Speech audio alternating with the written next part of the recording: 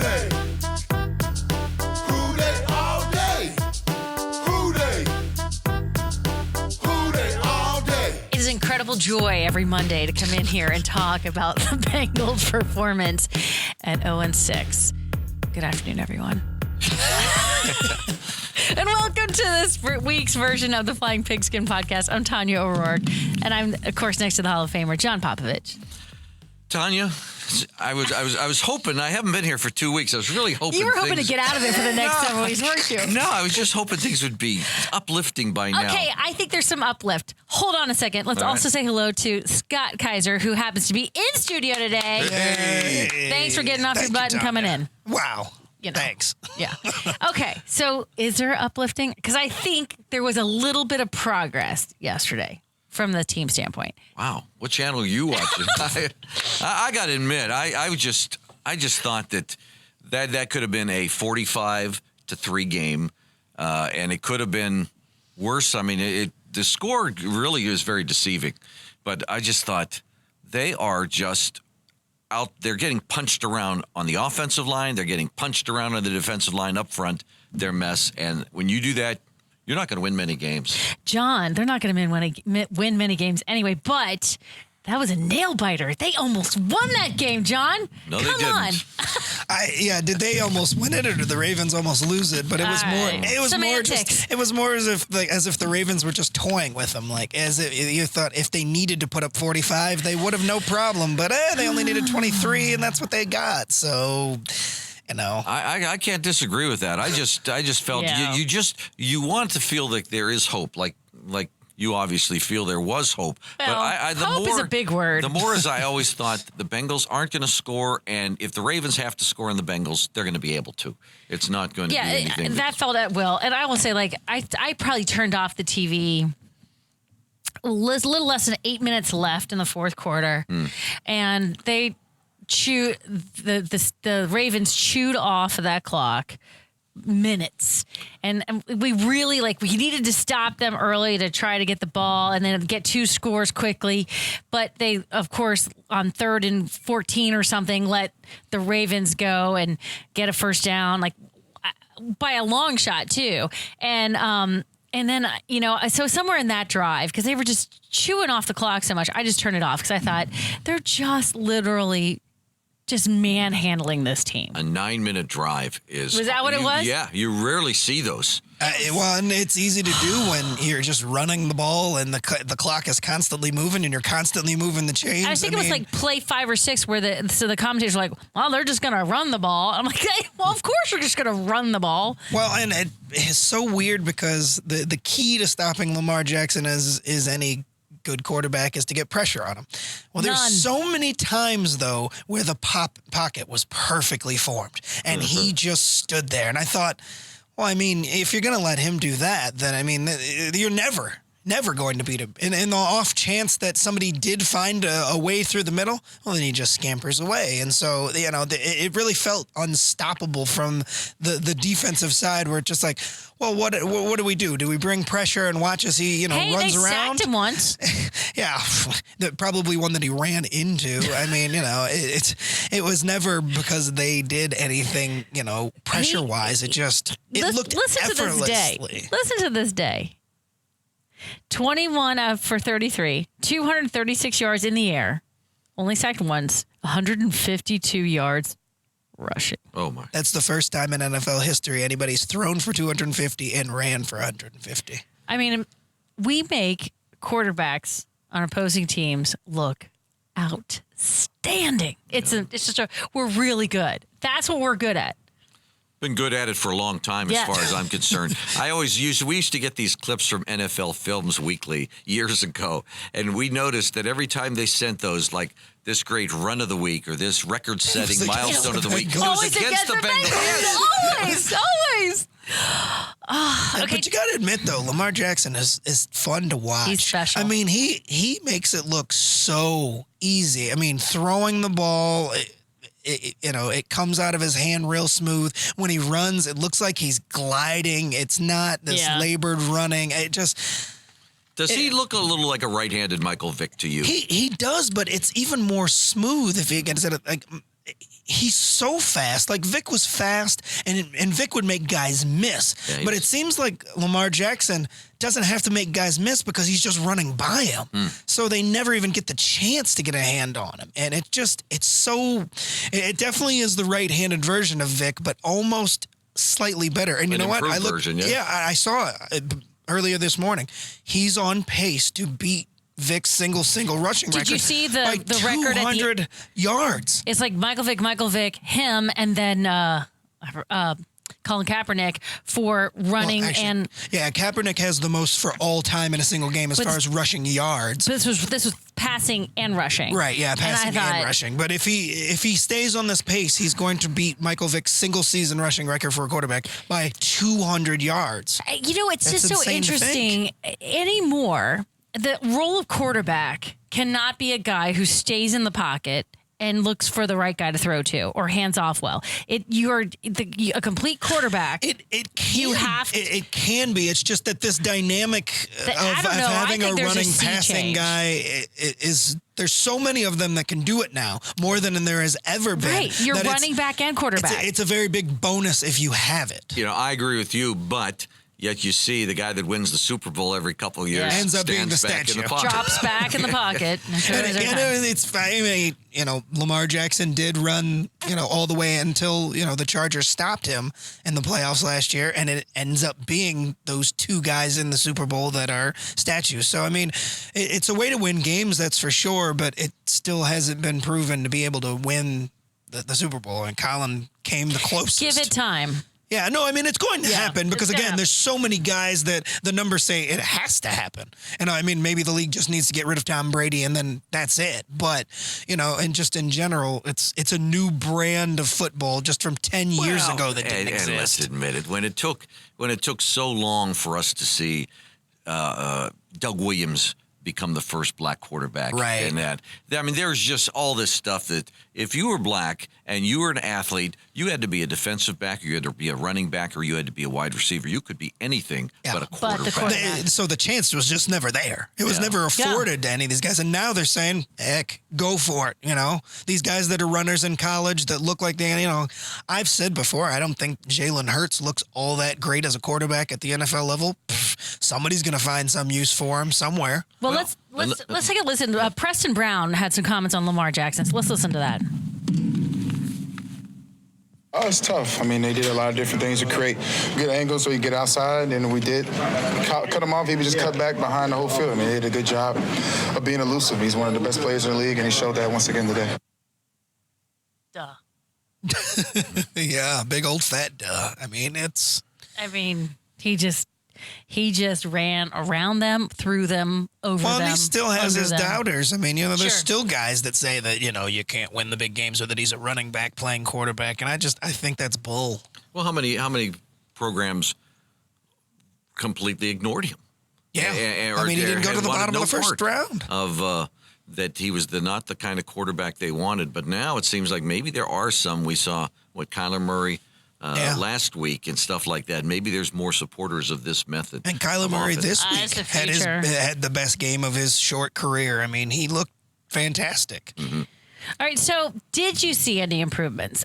I mean, I didn't think the defense... Look, they're bad. They're not a good team. We've talked about this for several weeks now. They don't have the personnel. They're just not going to be a winning football team this year. Period. Hands down. Right. And I know I called for 8-8 because I'm a homer. And I was so wrong. So I admit that. However, we've also talked about if we see progress every week, that is a moral victory for this team. So are there any moral victories?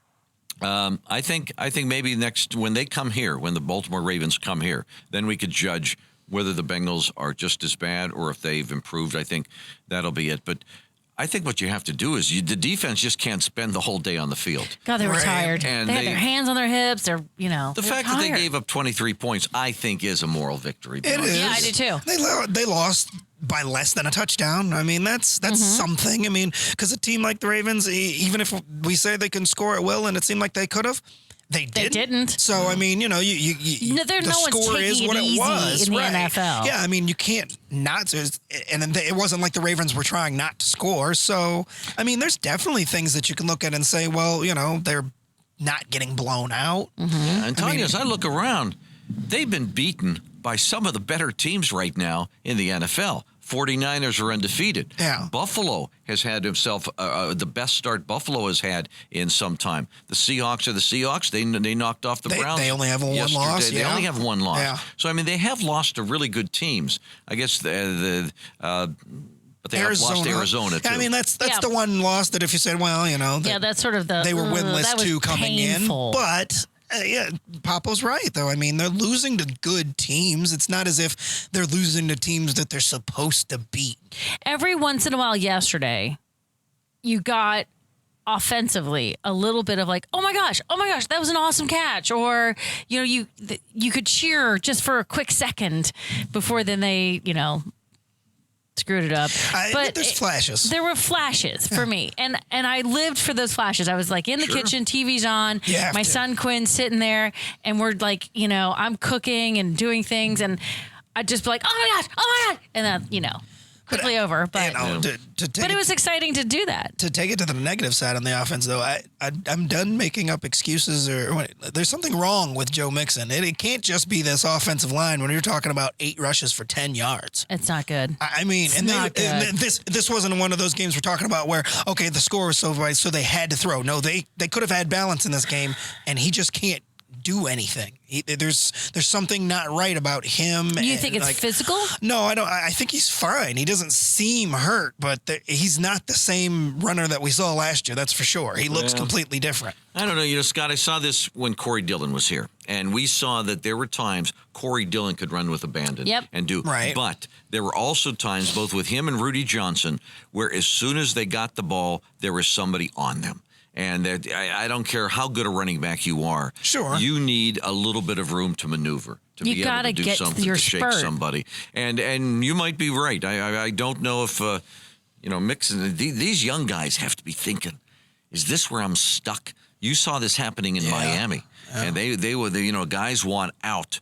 And this is one of the things that scares me about Cincinnati is some of these guys are going to come in. They're not going to be as loyal to this team as some teams. And in Mixon's case in particular, when you're talking about a running back, they've got 3 to 4 year lifespans. It is not a long lifespan in the NFL. He's not looking at it as, well, at least I can get to free agency. I mean, he's looking at it as his best years are right now. His absolute best years are right now, and there's no guarantee. But you would think, again, that's why I don't think that there's a lack of effort, because if you know these are your years, you want to prove to another team it's not you a want lack to pick of me effort. up. It's just it just doesn't look the same. There's just something missing, and it's got to be depressing. Let's be honest. For sure, it's frustrating. If you're 0-6 and you are stinking it up out there, and your fans are against used to putting up numbers at Oklahoma. He's an emotional guy. Yeah, he's used to putting up numbers at Oklahoma. He put up numbers last year, so it's not as if he hasn't seen success in the NFL. He knows personally what it's like to have success, so he's definitely got to be frustrated at his lack of success. I think the whole team has to feel. Because remember last year when he was hurt and there was that Atlanta moment where he ran down the sidelines when AJ scored that touchdown, they won the game. That you're not seeing that same guy. You don't see that excitement, that energy, that like, come on, we can do it. Right, it's not the same. So they got to stick together, right? So Zach Taylor and we got Erickson, Dalton, and Zach Taylor talking about sticking together. Frustrating loss.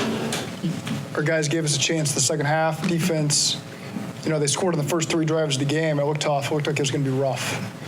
And then they buckled down. I don't care what the stats say. They buckled down. They gave up 2 field goals there the remainder of the game. And that's what we needed from them. That's the response we needed. And that's not a normal response from a team that's 0-5 at the time and giving up as many rushing yards as we're giving up. But the response was to buckle down and step up and make some plays and give us a chance, and they did that. Brandon Wilson, kickoff return for touchdown to open the game, gave us the spark we needed. And then on offense, we continued to search for that identity. But the bottom line is we're 0-6, and our team's got more fight than anybody I've ever been around. And I just told them, when we do find that win, it's going to be the most rewarding win you've ever had in your entire life. Because the guys are still fighting, the leadership's starting to step up. We got a group that it's tough. It's tough. These ones hurt. This one hurt probably the most, it feels like. But we gave ourselves a chance at the end when it looked really bleak. We fought back now 2 weeks in a row. Again, we don't put ourselves in position in the first half to win the game. That's disappointing. But it's going to come. It's going to come, and it's going to be very rewarding when it does. And, again, it's a group that I'm very proud of. We've got great guys here, and we've got guys that are sticking together. And, for us to get this thing turned around, I mean, it has to be that way. And so I think the culture that Zach has set here, everybody's buying into it and has bought in. And so that's why guys are sticking together. I know the character that's in this locker room. We're 0-6. It's tough. It's frustrating. Whatever word you want to use to describe it. But we're going to stay together. We know people are going to try to push us apart and tell us we suck and all this stuff, but we know we got to stay together. And this is all just making us better. So at some point we're going to break through, and it's going to be so sweet, and we're just going to take off as a team. And we got to believe that, and I think a lot of guys in the locker room do. Boy, you really hope so. Frustrating loss. For these guys, you just really hope so, because you can hear it, especially in Erickson. You can hear that, like, I know everyone thinks that we suck, but it's going to be sweet when we win. And I mean, I'm a fan. I hope the best for this team. My goodness, I hope that they are really all buying into this new program. Do you believe that? Do you believe what they're saying there? I do. I mean, I especially for a guy like Erickson, who will probably stick through this next season, a guy that you assume will probably be there. There's probably some guys on the team, though, that I know that this is the end, and probably, regardless of whether it was Zach Taylor, whatever, just are mentally checked out when you're talking about being 0-6. Yeah. So, I mean... it's embarrassing, for sure, for them. No, I agree with you. I think there's probably a lot of guys that they know. First of all, this is their job. Right. And they have to go out and, like Marvin used to always say, you're on tape every week. So not only are your coaches seeing this, everybody around the league is seeing whether you check out or not. Because if you're interested in leaving Cincinnati, you better be showing you could still play. There's probably guys, though, that, maybe there's a certain amount of effort that you withhold just because it's just like, is this worth it? Why am I going to lay myself out there for this team? Yeah. Kind of thing. But the only thing is about football, you better play hard. Otherwise, you're going to get the hell knocked out of you. Yeah. It's just, you better put an effort in. You just can't go out there with a lackadaisical attitude. Somebody might not run out a ball to first base, but what happens to them? The coach hollers at them. Somebody slams you in football. It's a much different thing. So last week we had Keenan Singleton be pretty rough on the ownership, on Mike Brown specifically, saying, everyone is taking ownership. You heard ownership there, like, oh, we didn't do this right, we need to do this better, I could be better at this. We've heard that from Zach Taylor, and the guy seems so earnest. He really does. My heart breaks for him a little bit. And maybe we should just listen to what Keenan had to say, and just, I'm curious, because you weren't here, John, what your thoughts would be after hearing this. All this month, I've sat in front of Zach Taylor as he tried to explain where he came up short. I stood in front of Joe Mixon as he said it started with the man in the mirror. I even heard Andy Dalton not throw his offensive line under the bus after getting sacked 8 times in Pittsburgh. But you know who we haven't heard from yet? The people who write the checks. I know Mike Brown and Katie Blackburn aren't Jerry Jones, and they'd rather not be seen nor heard from, and that's their right. But with just about everyone in orange and black taking their share of the blame for this 0-4 start, isn't it time for the people most responsible for this winless team to finally say something? We're all listening. So, quite a commentary there by one Keenan Singleton, but probably not what we wouldn't, if you ask the average Bengal fan, they'd probably feel exactly the same way. Like, come on. But they've been feeling that way for years. I was just going to say, this is I don't think this is a revelation here. Yeah, it's not a revelation. This is who they are. They never talk during the season, especially. But do they owe it to us? Do they owe it to the fans to say, hey, listen? They certainly don't think so. Otherwise, they would have before now. Well, I don't know what good it's going to do. What if you're going to say, hey, I'm sorry, this isn't a good year? I think more is he runs the team, and certainly maybe you want him to say something. I want to hear from the people who pick the players. The players seem to be woefully inadequate right now to play against other teams. Okay, then. And the depth is horrible. Do we need a general manager? I think the answer is absolutely Well, yeah. yes. I mean, running an NFL maybe that is the franchise answer. without one for all this time has been insane. But yeah, Absolutely insane, But right? Duke Tobin was given a lot of credit when this team went to 5 straight playoffs. Now that they're going to, their 4th season or so of not getting even close, I think he has to answer for this. The draftings of the John Ross, of Cedric Ogbuehi, and some of these guys that just didn't pan out. And as a result, the line is a shambles because of it. I still go back to letting Andrew Whitworth go as Yeah. being one of the biggest mistakes this franchise has made in its history, because he was not just a great player. He was just a great leader, and I will harp on this for forever. I'm sorry about that. no, that's fine. I thought about you yesterday when Did I was you? watching Nick Bosa push Andrew Whitworth back into Jared Goff. I was like, well, that's not a banner moment for Andrew Whitworth Not right a there. great. Hey, listen, even you don't have banner moments on occasion. Oh, I have plenty of non-banner moments. Most of my days know, are but- non-banner moments. But that may be the time when Andrew Whitworth starts saying, okay, maybe I'm nearing an end. Sure. But he wasn't near the He end when he wasn't. left Right, here. yeah, he absolutely still not. had Right. some time left, and he would have. The thing about Andrew Whitworth is, as good as he was on the field, I think he was better in the locker room. That's my point. And I'm not sure anybody holds up nearly as well there now. I know, because I think Andy Dalton, I don't know what it is about the Bengals. We tend to have quarterbacks, Carson Palmer, I would say the same way, who are not these really exciting guys in a locker room. Yeah, I mean, that's also the case, with AJ Green, another guy who's just quiet, kind of soft-spoken. nice They guys. need to get a guy in there, who's going to be a superstar who lights that fire. I mean, you hope it to be the quarterback, but you're right. Between Carson and Andy, they've had guys that aren't necessarily that rah-rah guy. And it's not that to you your need point to about be Mixon last year when he did that run up and down the field, Right. you kind of thought, well, maybe he's the guy. Well, Maybe he's yeah. going to be that guy that is like, come on, everybody. But it's tough when you're the second, Yeah. third year guy. Sure. I mean, you need to be somebody who's been established. And he hasn't established himself as a superstar in the NFL either. So, whereas the other two the quarterback is always looked to as that guy. And then if you're AJ Green, you're known across the league as a superstar, but they're just not that type of person to be that vocal. All right, That you're is- in the locker room. Who is in that locker room being vocal? I think you saw from Preston Brown. He's a stand-up guy, and I'm trying to think of who else would be. Geno Atkins, for as many as all pros, he doesn't say anything. I have no Right, idea yeah. whether he says anything. I said Carlos Dunlap probably is involved with that. But you were talking about quarterbacks. I could only think of 3 quarterbacks in this franchise that really have been take-charge guys. Boomer Esiason. Boomer Yeah, I was Esiason, gonna no say doubt. Boomer for sure. And John Kitna. Yeah. Was a guy He was. that seemed to grab people's attention. Jeff Blake, to maybe a lesser extent because of the time he had. But beyond that, you think of the other guys that have come before or after. Kenny Anderson was a very quiet guy. Yeah. And Yeah, it's like Cincinnati's fantastic at finding the nice quarterback, the nice guy who's a talented human being, but maybe not this general in a locker room. well, that's why the big guys like Andrew Whitworth, Willie Anderson, had a big presence in that locker room and was, I think, a great influence on guys.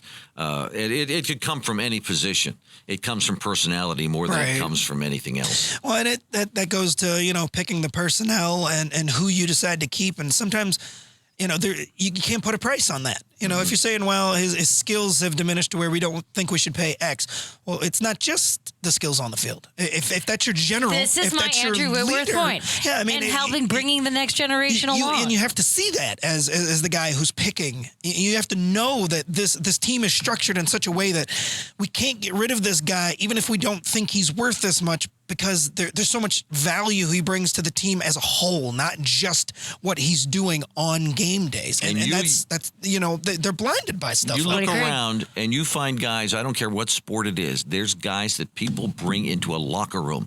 I always pointed out to Johnny Gomes, look at all the years, everywhere he went, the teams won. Now, Johnny Gomes wasn't Babe Ruth, but for some reason, he knew how to keep guys accountable for what they were doing and make sure. There's other guys. Mike Napoli was another guy Nick in the American. Swisher was a guy Nick like Swisher that. was like that. Yeah. There's certain guys, and they're not afraid to speak up. and they're probably not afraid to make a fool of themselves. But they also know that if we were going to be here, we're going to play hard. And there have to be those same kind of guys, I believe, in a locker room for a football team. Because, man, they're in battle. And there have to be people that not only engage in that battle with them, but are willing to speak up. I agree. And it just feels like we don't have that right now. Maybe someone emerges. Maybe once they get that win, there's someone who does, okay, I got to take this mantle. And I'm not suggesting that Andy Dalton sits on his hands. I don't think that's what he does. I just don't know that it's just a personality fiery, type. I don't know. Not everybody has it. It's okay. And I was going to say, that doesn't make you a bad player or a bad person. It's just something that not everybody's born with. And part of it comes from success. Let's admit it. It's in our business. You see somebody that does something really well, so you rally around them or do something. You want to be part of that same thing. And then when there's no success, it's almost like we have no one. But I think if you could look at any successful team, they talk about the chemistry and the fun. Well, the fun is winning. Sure. Absolutely. Right. So in our division, it's clear Baltimore is tops at this point, right? So, Cleveland, Pittsburgh, both 2-4. We're 0-6. But hey, when you look at that, that's only 2 games out of second place. The rest of the other 2 teams, Pittsburgh and Cleveland, and they're not world beaten, and they've only got 4 wins combined. Nope. So, and I'm not sitting here suggesting that Cincinnati's going to make a run and finish in second place. But when you look at that and say, hey guys, that's a rallying point to say we're only 2 wins away from being second place in this division. Hey, you got to hold on to something, and that's it. And they've got 3 games against those 2 teams still. So, that's right. If you're looking for something the door's to galvanize, not entirely closed. Right. Here. I mean, and to finish in second place, no matter how far away the Ravens finish, if that's who ends up winning the division, it still would be something. So I mean, it's something to point to, and that's why I keep saying, week after week when the question comes up, should they sell? Should they start looking at next season? It's like, no, because there's still time. Right, there's still time, and there's still something to play for. And if you start saying, well, all right, we're just going to sell off A.J. Green, and we're going to get rid of these guys and start looking towards the future, then you might as well tell the guys not to even show up every Sunday. I mean, I'll ask this every week until we get a win. Are we going to go in 16? No. Keenan said yes. No, I don't think so. I think this week could be the week. Yeah, I think this week could. I think this is a possibility. They got a shot. The Jaguars are only favored by 3, which is kind of like 6 because they're on the road. But I just feel like they're a beatable team. They're a beatable team. That's all you can hope for. And if this team cannot be too down on itself, if the crowd, it matters, if the crowd isn't too down on them immediately, if they show up, which I got to tell you, I don't blame people for not showing up. I don't. Well, sure. But, if those who do show up, if they show up, I mean, that might be helpful. Well, you came in looking for some moral victory, something to pin your hopes on. And I think that's what fans at this, we've been through this before. We've been through this with the Dick LeBeaus and the Dave Shulas and the Bruce Coslet years and that stuff, too many years. But you want something that you say, especially as you look ahead, you don't want this to be the rest of your life. You want this to be something that next season there is something that you could look at and say, we're going to be better. We're going to get a couple draft picks. Maybe we'll get a couple free agents, and we'll get in here and do something. But if they keep stumbling along, and it doesn't get any better, I hate to think of what that month of December is going to be like, especially here. Especially here on this podcast. Yeah. I hate to think what the start of next season would be like, too. I mean, you go into next season not thinking, I don't know. Goodness gracious, but yeah. I mean, let's remember we got to play the Patriots at some point here, too. Not too far away, either. Yeah, I'm sure they're talking about us. Oh, they're really worried. This week. They're watching tape already. That's one they what circled. kind of schemes can we come up with to beat the Bengals? Is that here or is that in Foxborough? It's here, I believe. It's here. Oh, okay. So, I mean, a little bit better, but not a lot. I mean, the spread in that one will probably be ridiculous, but I'm not going to talk to Steve Raleigh that week or the week after for like. I make it a point not to talk to Steve Raleigh during football season anyway with that old Patriots crap. I agree. He's insufferable every year. Yes, yes. I love Steve, but during football season, it's like, maybe I'll talk to you on Tuesday when you've settled down a little bit. Okay, so what do we think? So we all seem to think that the Bengals could beat the Jaguars, but will they? It's a 2-win team, right? Yeah, 2-4. Yeah. Yeah. and it's here. Yeah. I don't think here's necessarily helpful. I think it's depressing to this team to walk into that They've got a stadium. rookie quarterback. There's that. Well, then if they're deaf, the Jaguars will definitely win. Yeah, and listen, it's a possibility. The one thing about the Bengals, there's a small margin for error. Very. I mean, and so Tiny, minute. And it seems like we've made this comment in the past about that the Bengals just can't turn over the football. They can't commit the penalties at the inopportune times. They have to be able to take advantage of situations, and that's football though. It goes with that. Those kind of things happen with every team, but some teams could get away with. I saw somebody, I think, had 5 turnovers last week and won the game. That's Maybe amazing. this was Seattle against Pittsburgh. The Niners did that against Pittsburgh. Oh, that was it then. Yeah, they had 5 turnovers. They could get away with it. Yeah. The Bengals cannot. Yeah. No, so what do you think? What? Well, I think they have a chance of winning. Okay. Yes. I agree with you. The Bengals almost have to be near perfect, and when they're not even tackling well, when they're missing. I would worry about Leonard Fournette in this game, though. He's a really good running back, and he's one of those guys that can go for 200 if you're not careful. So, it's a winnable game. No, I don't want to put any score on this one because I think the Bengals might win this one. But I really do. I got a feeling. I was just going to Let's say, plan I feel on good gathering about here that. next Monday and talking about a victory. Bengals How's victory, that? yeah. And whether or not I'm right, which I'm wrong all the time. So, by the way, what were you cooking yesterday when you and Quinn were in the kitchen? I was making homemade Caesar dressing for a Caesar salad. Ooh, it was really nice. good. It was really good. What else did I make? Do you really care? Yeah, I do. Yeah, I was just going to say throw something in for the fans here at the end. Some here. cornbread, which I have brought it in. I have some leftover, so there's some jalapeno and regular cornbread with some honey butter. Very good. Yeah, that's good. Meeting at my desk at 5. I just want to know how domestic you are. I'm really domestic, actually. But that reminds me, more importantly, you said something about cooking, and I'm thinking about, time of year, we got to get ready for those pretzels coming up. I make these caramel chocolate It's almost pretzels. pretzel time. It's That's almost the most pretzel important season. And you get one. I find 3 or 4. You tend to find, I find more you're than pretty one. squirrely. You about these hand me things. one. If I could jump in with one other thing, and I didn't see please this do. yesterday, but I kept seeing this on Twitter, is that CBS showed Jack Schiff, the attorney for the Bengals, and a good friend of Mike Brown who's traveled. But I guess they showed him on the air and identified him as Mike Brown. Now, I heard people saying, well, Mike Brown is so bad, they don't even know who he is. Well, I would find fault with somebody from CBS who doesn't know.